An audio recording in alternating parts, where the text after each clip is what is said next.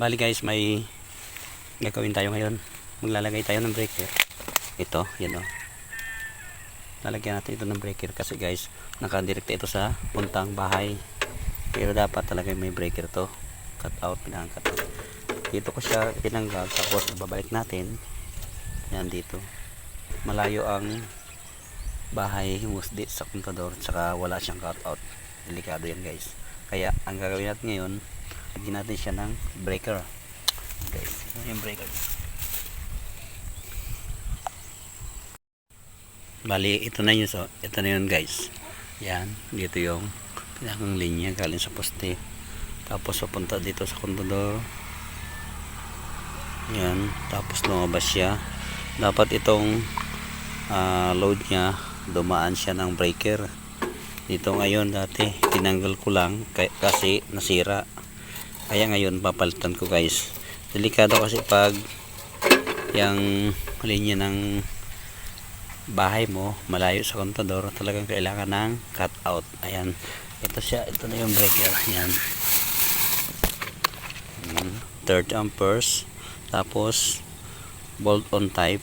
Ayan, ngayon ikakabit natin siya dito sa loob. Ayan, kakatin ko muna siya. O ayan, nakato na siya. Bali, ikakabit ko na yung breaker. Kapit ko na yung pinakang line nya. Dito naman tayo sa load. Itong load na naman ang ikabit natin. Yan, medyo ingat-ingat lang sa pagkabit kasi live to guys. Ayan, kakabit ko na yung load. Ito yung kabila. Ito. Ayan. O ayan guys, nakabit na natin. Ayan, atin ang i-on. I-on natin. Ayan. Ito, 1, 2, 3. Ayun. Try natin kung may power supply na siya. Ayan. Okay.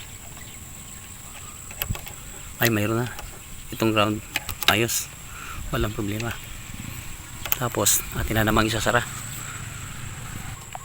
Okay na guys. Ayos na. Sasara na natin. Yan, nakasara na siya. Doble sara ito.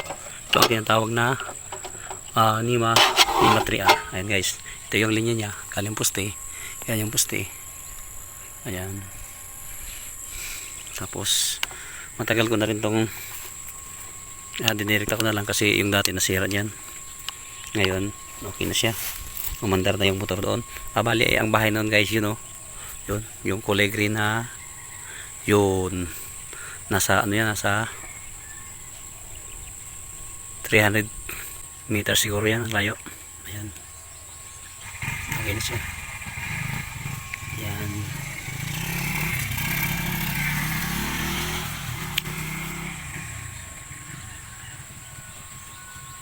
Ayan. Pauwi na rin tayo. Tubig. Tubig ang putik ng daan. Putik na ng daan. Anak ng putik. Yuke? Ano yan Yuke? Ha? Ano yan?